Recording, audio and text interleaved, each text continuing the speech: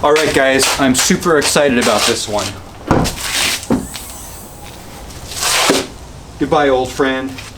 I've met somebody cooler.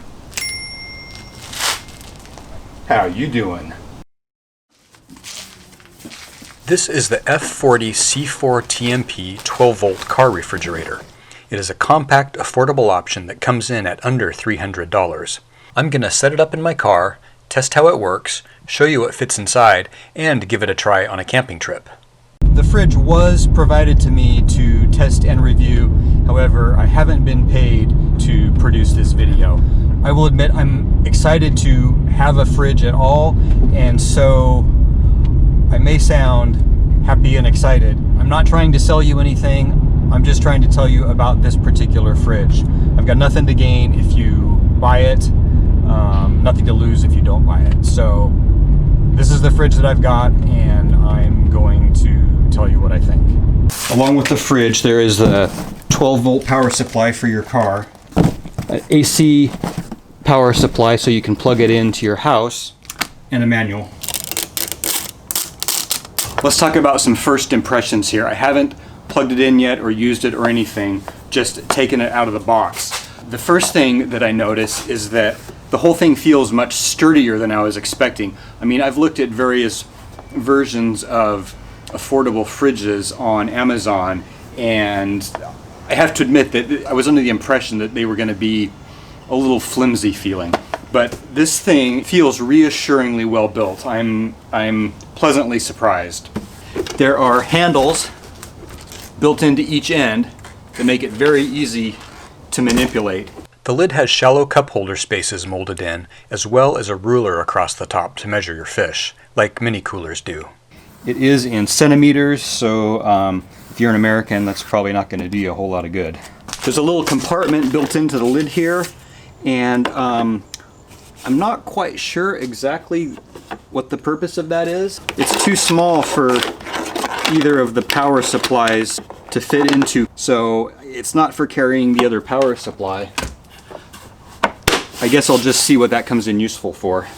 This is a 23-quart model. 23-quart is what they had told me.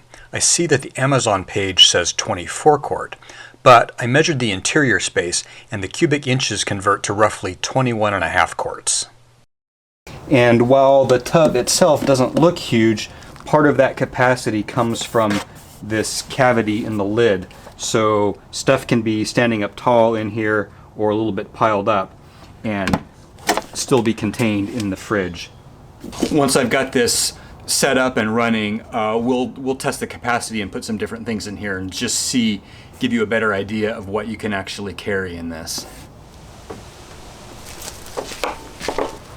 With the 12-volt power supply, you can plug it directly into your car's 12-volt outlet. There's plenty of cord there if you need to run it up to an outlet that's not right where your fridge is.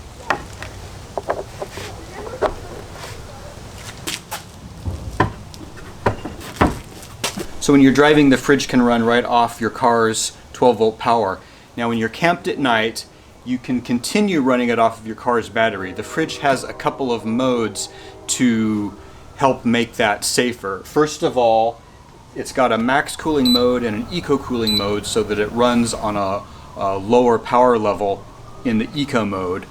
In addition to running the fridge itself in the eco mode, you can also set the power protection level, and the fridge will detect how much power is left in your power source. So for example, if you are going to run it off of your car battery overnight, you can set the protection level to high, and it will make absolutely sure that it doesn't drain your car battery to the point where you can't start your car in the morning.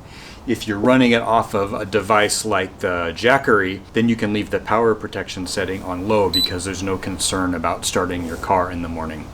When I'm not driving, I'll be running mine off of my Jackery Explorer 500. So when I'm driving, my power inverter is actually plugged into the 12-volt outlet, and I have a couple of additional 12-volt outlets just wired off the terminals so that I can plug in, say, the fridge or charge the Jackery while I'm driving also. While I'm driving, the fridge will be drawing power directly from the car through one of these 12-volt outlets.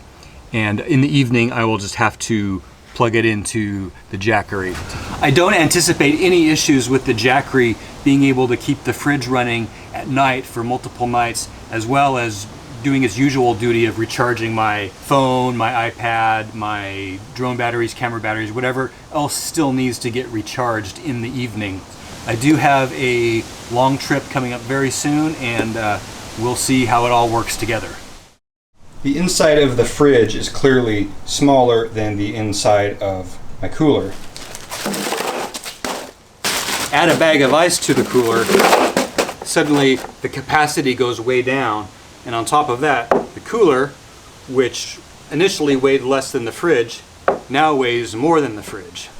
The outer dimensions of the fridge are actually smaller than the cooler. Well, this is looking really good. This is a great fit for my car. I love the size of this thing. Well, let's take a closer look at how this thing works.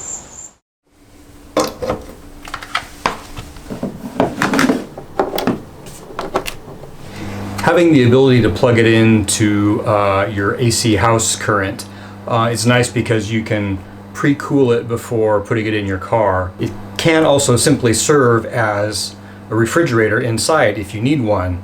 That could be in the case of if you're traveling and you're staying someplace that doesn't have a refrigerator. But I think what's most exciting to me is the ability to put it in the car, in the garage, plug it in with an extension cord, load up all my food the night before a trip, and not even have to worry about it the day of departure.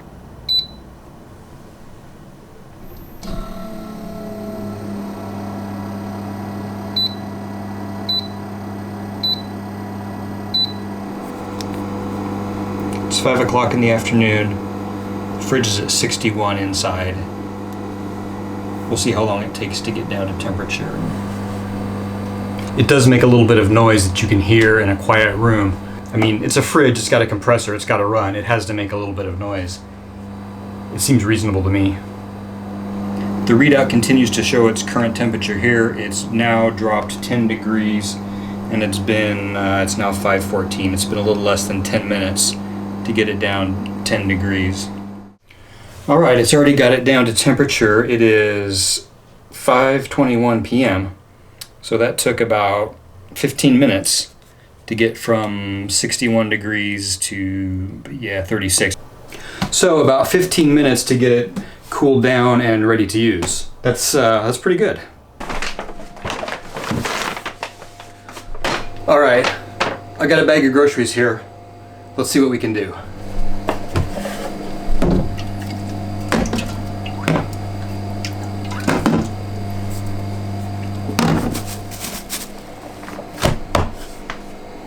Here are all the groceries I just put inside the fridge.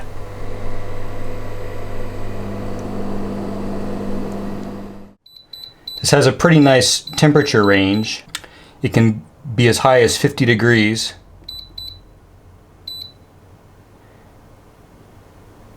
We'll go all the way down to minus 8 degrees Fahrenheit. So it can be a freezer as well. Let's go ahead and let it get really cold and see how it works as a freezer. All right, that took about half an hour to get from the whatever 34, 35 it was at down to around 0. I'm going to toss some bottles of water in before going to bed, just to see if it can truly freeze something. Yep. One concern I do have with this is that it doesn't have any sort of tie-down points on it. In the back part of the car here, the bouncing over rocks and ruts just gets amplified, and I don't want this thing jumping up and down, so I'm going to have to find a way to secure it back here. I've repositioned these brackets I was using for the cooler. They will keep the fridge from sliding forwards or backwards. I got these nifty little lashing straps from Harbor Freight. It's like $4 for a pack of 2 of these. These are tough little straps that are rated to 330 pounds with a really simple little latch on them. They're much easier to use than a ratchet strap. Obviously that does mean that I will have to detach this thing at camp each time, but that doesn't take long at all. And that's actually not really difficult at all. Ideally, it would be nice to find a solution that would allow me to secure this completely at both ends without having to have the lid clamped down as well. If you have any ideas about that, go ahead and put it in the comments below. I did try running the strap over the end of the fridge here, but there's just not quite enough to get a hold of. This solution is not bad. It's pretty fast and easy to do. Well, all that's left now is to get this thing out on the trail and see how it does on an actual camping trip. Let's go. If you're like me, you probably like to crack a cold one when you get to camp. Here's an interesting advantage to a fridge over a cooler. With the fridge, you don't necessarily have to load up a week's worth of beer into the fridge like you would have to with a cooler. You can carry the essential items that need to be refrigerated, like meat and dairy and things that that can go bad. All you got to do is put a new beer in the fridge each morning, and you'll have a cold one when you arrive at camp at night. So this is my first time out with the fridge. In fact, my first time out with any fridge ever. Upon arriving at camp, I unplugged it from the car's power and plugged it into the Jackery. So the Jackery is running the fridge right now. I had the Jackery charged up before this trip, so it was 100% when we got to camp. It's now at 98% after keeping the fridge running for about an hour. So we'll see what it looks like in the morning after running the fridge all night. One thing I found compelling about accepting this fridge for review is that it is an affordable fridge. I used to think that I would have to spend $500, $800, $1,000 for a fridge to run in my car, and this thing is like $270. I feel that that's a pretty accessible price for the average person who's semi-serious about overlanding, or someone who wants to get out for more than 3 or 4 days with just a cooler. This puts a week-long trip, a 2-week-long trip, an indefinite trip into the grasp of almost anyone, because you can keep your food cold all day, all night, without ever having to worry about ice, without ever having to worry about your food sitting in a puddle of melted ice, and it's affordable. Another advantage to the fridge is that I've got the capacity to store pretty much the same amount of cold food as I did before. I'm actually going to gain some space. I think I could bring that up a good 5-6 inches, gain some storage space underneath there, and still be able to open the lid and get into the fridge just fine. And in this little car, every little nook and cranny gets used, and every little bit makes a difference. So I am looking forward to getting something underneath there. I think that's going to be great.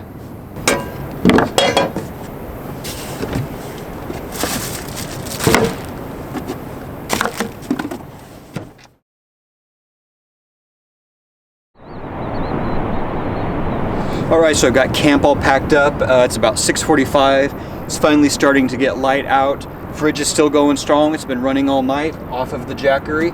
Let's see how we did. All right, I've also recharged my phone this morning off the Jackery, and we are at 80%. All right, so we went from 100% to 80% over the course of a little over 12 hours. And that includes charging my phone back up too. That's pretty good. I mean, that means I wouldn't necessarily have to recharge the Jackery every single day to keep the fridge running overnight. So I'm pretty happy and excited about this fridge. It really looks promising. It seems like it's going to work out well. I've been enthusiastic about this product in this video, and part of that is just that I'm really happy to be in a fridge instead of a cooler. I am not trying to sell you anything. It doesn't matter to me if you buy it or don't buy it. I have nothing to gain. This is just information for you to use if you're shopping for a fridge as well.